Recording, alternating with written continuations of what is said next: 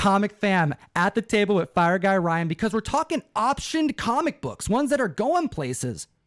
That is the word. The word is optioned. They have been optioned from a book into a show, a movie, something other than a comic. We're chatting a mature comic book, a hyper-violent comic book. We're talking about one that's about to hit Amazon, and we got Brian Pulido from Coughing Comics on the mic. How you doing, Brian? I'm doing great, guys. Thanks for inviting me to discuss this particular story. As you and I were talking about last week, Tom, I just started diving into this book, and it's completely knocked me out. So I look forward to kind of talking it out with you boys. We're here talking about Invincible, Robert Kirkman's series from Image Comics that has recently been, actually not even recently, it's been optioned by Amazon Studios. It's coming to Amazon Prime relatively soon. So this is a little different than what we would normally talk about on this optioned show that we are starting right now. But this feels like we had to.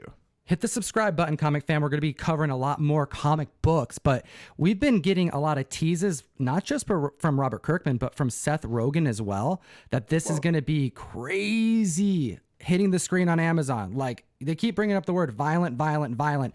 Brian, what would you like the first couple trades here? We get a very different feel out the gate. I feel like the creative team figured something out aside from getting a new artist, you know, as it pertains to violence in this story. Are you excited to see it hit the screen? Well, I am excited. Let me set the scene a little bit for your listeners. Invincible ostensibly begins as a superhero comic that's really bright-eyed and bushy-tailed, optimistic. There's a lot of the tropes commonly associated with the teenage superhero. Things like the tone is almost classic Spider-Man-like.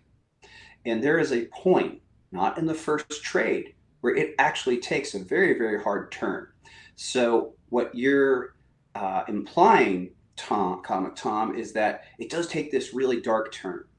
And tonally, this is a really interesting story. I have a lot to say about it, so just cut me off. But when I began reading it, I believe I'm reading kind of one of those adolescent superheroes, and it's bright and it's positive, and it's that great part of the story where at the age of 17, he gets his powers, and effectively they're very similar to Superman-like powers. And his dad has been the globe's Superman, so to speak, for a very long period of time.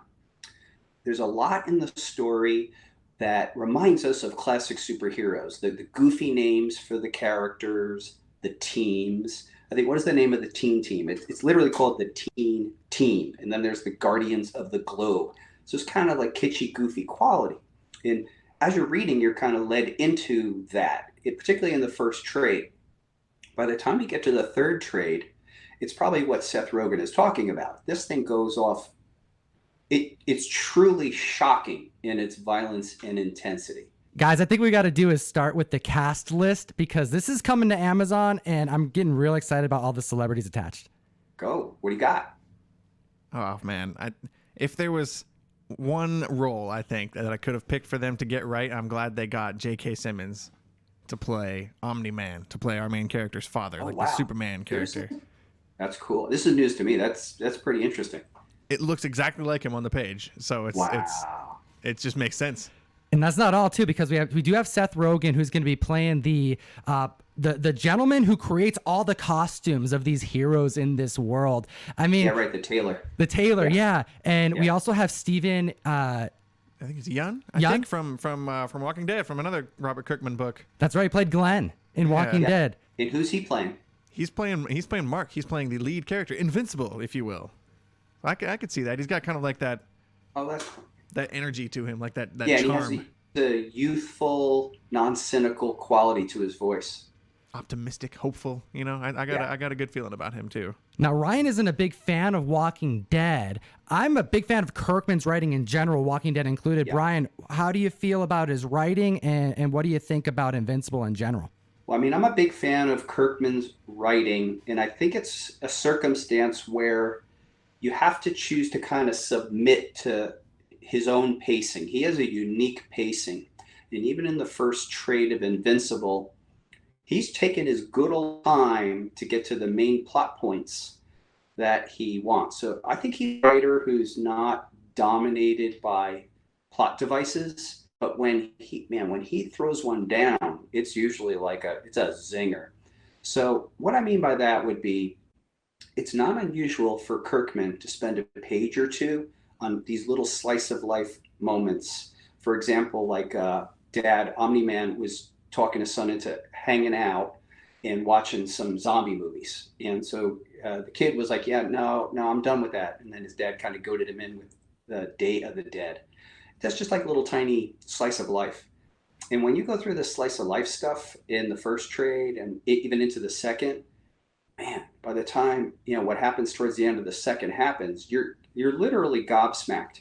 And I think that's probably another talent of Kirkman, is to go from that quiet, what seems to be meandering storytelling, to suddenly snapping it all back and like snapping it all into focus and making you realize that everything that you read up until now has an entirely different context. So I think he's masterful. That's actually something I was thinking about when you just said that kind of false sense of security and confidence you get from like all of these low key quiet family scenes. I think that talent is reflected in Walking Dead. Also, there's a lot of quiet scenes when they're just hanging out at their campfire, and all of a sudden just a swarm of zombies comes out and eats half of them, and just things change on a dime. And Robert Kirkman is really good at just yanking those surprises out of the hat at you. I agree. And I mean, if you imagine it too, just in its simplest part, the whole first trade of Invincible engenders you to every character. There's the clear bad guys, but you just love everybody and you get invested in it. And, their hopes, their dreams, their foibles, their little daily activities and triumphs and tragedies. And then again, it just starts, the scale gets gigantic and the shocks are there. So yeah, I've been a Kirkman fan since the day. I mean, there'll be times during certain storylines towards the latter part of Walking Dead, where I'm like, give me some zombies, man, because I do like the high octane action. But the guy knows how to satisfy readers. Even Walking Dead 193, good stuff. This world that we are going to see hit the screen for the first time is similar to one like a Marvel or a DC universe. It's giant, it's filled with its own heroes. And you mentioned it, both of you in your own way, how within this world, the way that it's set up so wonderfully is that there's so many opportunities for the reader to be surprised about how they handle situations, specifically with the family, like at the dinner table, and how we see Mark get his superpowers for the first time and his family's like, oh, that's cool. This is like a normal thing in this world, or Omni-Man, the Superman type of character in this world on Earth. He's got to just peace out and go to another dimension, sometimes for as long as half a year. And the family's like, yep, hopefully he comes back soon. As far as respects to creating a universe within comics, it's not very easy to set that up for the reader. In your experience, Brian, the Coughing Comics universe, how did Kirkman do with this? Kirkman has a super, super clear plan. I could be wrong ahead of time. So I think those guys do a lot of world building and figure it out, the rationale. So when I read Invincible, these early trades, what I get a sense of is it's a bit of a love letter to a lot of the tropes of the optimistic superhero eras, maybe, and I'd be looking at 70s Marvel, maybe 70s DC. By the time you hit the 80s, tonally, both of those companies are exploring more anti-heroes.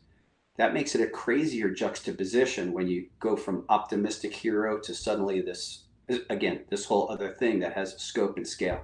But I read recently Gerard Way in an interview said something really interesting and eye-opening about Umbrella Academy. And as soon as he said it, it makes perfect sense. So he said in an interview that when he began Umbrella Academy, when people stepped into it, he wanted people to feel as if it was the 70th issue.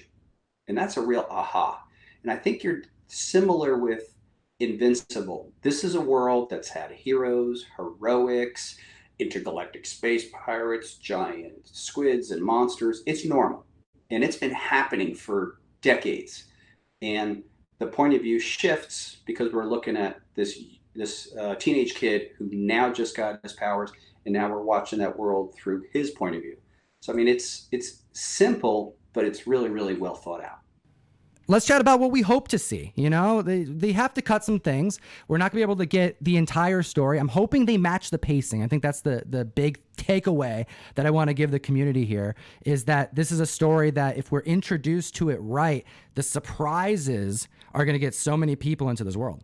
It's looking like I was wrong earlier, by the way. It looks like there's 8 episodes this season, which kind of casts the whole thing in a completely different light for me. So, like, the biggest question for me still is, where do you find out about, which to me, I'm having trouble thinking of like a more awesome like twist in a comic. Yeah, does it happen earlier or later? What do you think, Brian? That's an interesting question. You brought things to the cartoon and animation before. Yeah. I think we're going to have to know, let's see, 8 episodes. Maybe that reveal, spoiler alert, is going to be in episode 8. What might be daring is to get it in real early, to get it in like episode 3 or 4. Ooh. Yeah. You know, if you guys think about it, again, having read this, boy, the tone is challenging. It's, for example, let's compare it to something like The Boys. Going in, The Boys has a bit of a cynical tone. It's a cynical interpretation of the world, and it's very pervasive in that universe. Invincible is different.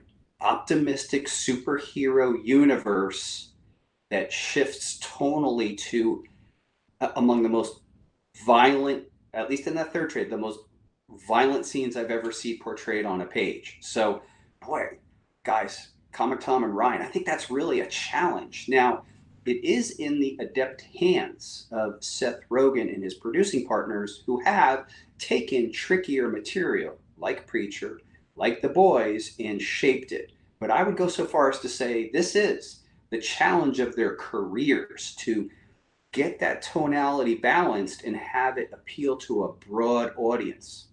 Think about it. That's such a good point. Like striking that balance and like figuring out where you turn from like a happy like cartoon, like a Saturday morning, what could be a Saturday morning cartoon, into something much more graphic and gruesome and awful. It goes from Into the Spider-Verse tone to Raging Bull. I don't know. It's something outrageous. So it's weird because the optimistic tonality could be almost like, before I knew much about it, I was thinking it really, and what did not attract me to it was that it was kind of like a general audience teeny comic. That's what I thought. So it wasn't my bag. I've done that. I did it when I grew up. I read Spidey, you know, back in the 70s when he was that kind of character. So I didn't need it. But imagine, like, that's, you're I don't know, 20 or under, and that's what you expect, and then suddenly it takes that shift. Woo! Don't you love it, comic fam? Like, if you read the comics, or if you're fans of the comics, and it seems like all of us, it's kind of consensus here. It's all about that twist. It's how they handle the viewer's expectation, and it's something that I am definitely down for the ride for. We've been chatting about a lot of books from this run over the last really couple months as more leaks have come out. We've seen Invincible 1, which I remember like buying for like $150 just like a decade ago, less than a decade ago. And now at 9.8 hitting $1,500. Issue 2 going for $400 to $500 at 9.8. There's only like 25 issues in total of the over 140 issue run that are really even spec worthy, worth above $5. So this is a really cool run to get people not just into superhero narratives, but it's also a really, like, it's really prime for collectors because there's a lot of low print issues. Wasn't always popular.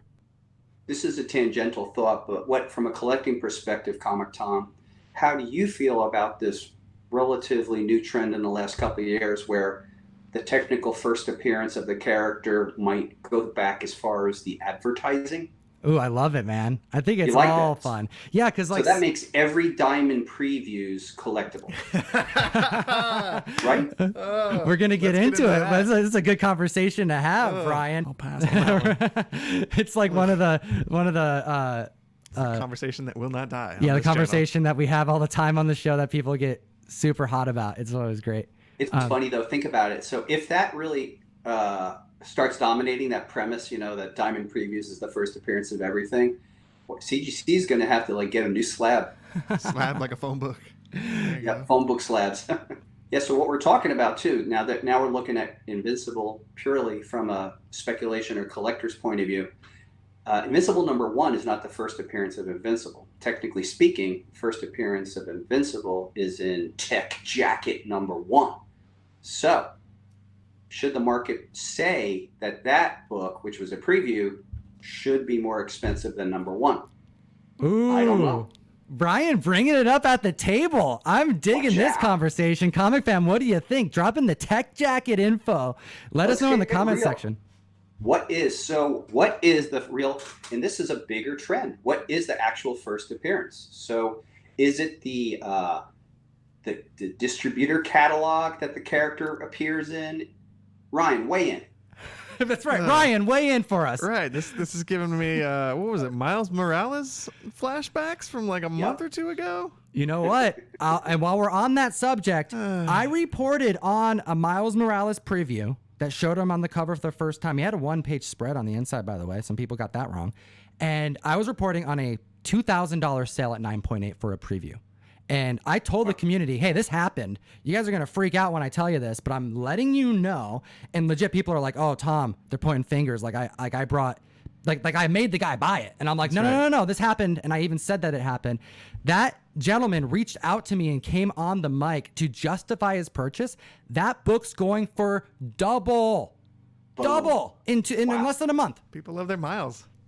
They love their previews. Brian, what do you think? Are you going to be putting out, because I saw the Ashcan, which was so classy. I saw that move. You know those little Ashcans that they used to put out back in the day? Yeah, we did it. Like the colored ones on like the paper quality cardboard. You gotta like catch us up to speed on that one, Brian. Well, I'm a 90s kid. I've been publishing since the 90s, and a couple things that we all jumped on early in the 90s that was a hoot was bringing back the old school Ashcans.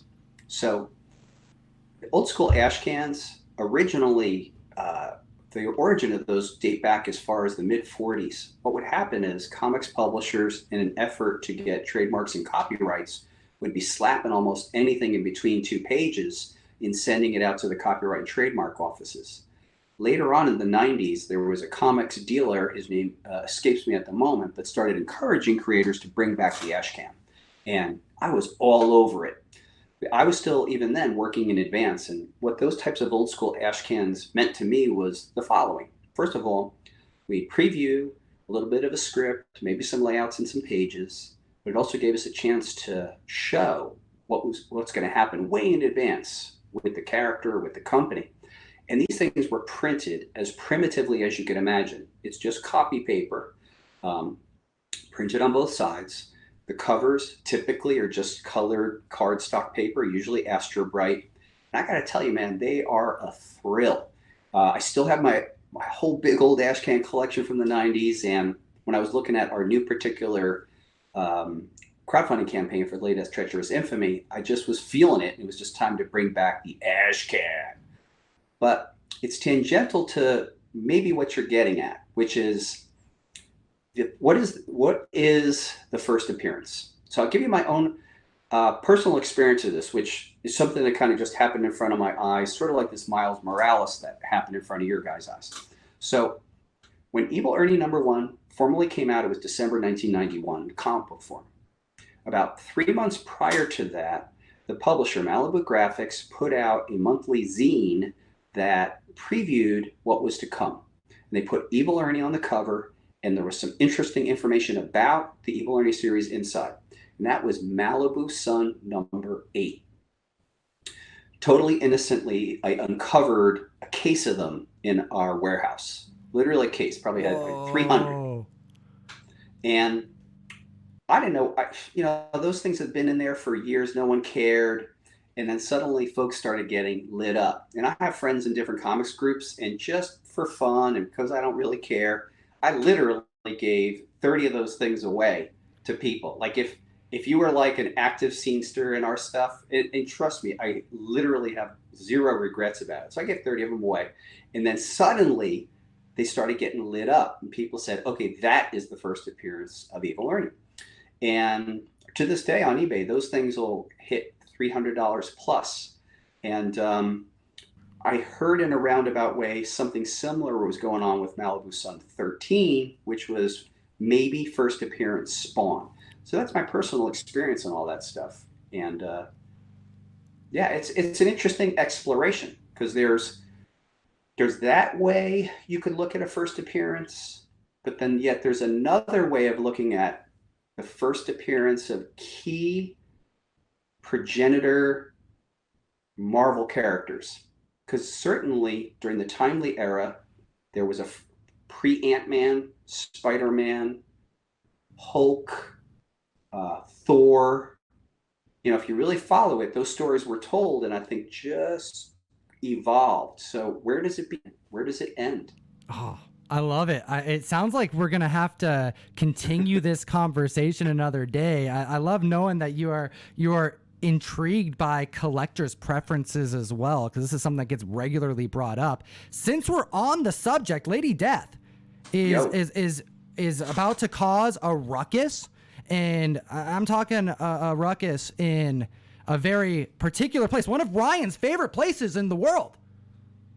New Orleans. Oh, it's close. New Orleans, man. Man, I love both the new places. Mardi Gras. Lady Death is going to Mardi Gras. I love it, man. Dealing with trying to deal with some human extinction. She's coming back evil. Brian, can you tell us about the latest Kickstarter? What we're talking about is Lady Death Treacherous Infamy, and this is a crowdfunding campaign we are running as we speak. Today, just an hour ago, we tipped over $300,000 from our backers. That is bananas. Now, this latest story actually returns Lady Death to her evil roots. We kind of say it's Lady Death, the Evil Unleashed. And the story takes place in New Orleans during Mardi Gras, and Lady Death unleashes a horde of demonic undead on the unsuspecting populace. Now look, don't get it twisted. Lady Death has not been a villain for close to 29 years, and yet we have the audacity to cast her as a villain in her own book. So if that thrills and tantalizes you, I cordially invite you to back our campaign. Lady Death Treacherous Infamy is a 48-page square pound comic with 48 pages of story and art, beautiful European square bound, lush silver foil, and for $26, it comes with 20 plus free bonus items, including 3 more comic books, 5 pogs, stickers, bookmarks, and the like. But that's not all. It also comes with free US shipping, free digital download, and free autograph and certificate by yours truly if you so choose. So what do you got to lose? That's a heck of a lot of value. So today, on this podcast, I invite you to back Lady Death Treacherous Infamy on Kickstarter today. Go to Kickstarter.com, go up to the search bar, enter the words Lady Death Tretch, and it'll take you right to our campaign. And there is a plethora of fun items to choose from. And join our community. We're 1,000 strong and just having a blast, making comics, keeping it fun, simple, and silly. Thanks for being here, Brian. We definitely enjoy having the community here to chat about comic books that are going to be doing exciting things beyond comics. This was a good first episode optioned, even though they're not usually going to be about stories that are basically about to come out. Right. Invincible's on the way. Yeah, comment down below. Let us know what you think, Comic Fam. What other option stories do you want brought back on the mic for us to discuss? Whether it's collectibles, whether it's just ongoing reading because we're excited to see it hit the screen, or heck, maybe we'll bring a guest like the creator of Lady Death and Evil, Ernie, on the mic. Thanks to everybody at Coffin Comics. And geek responsibly.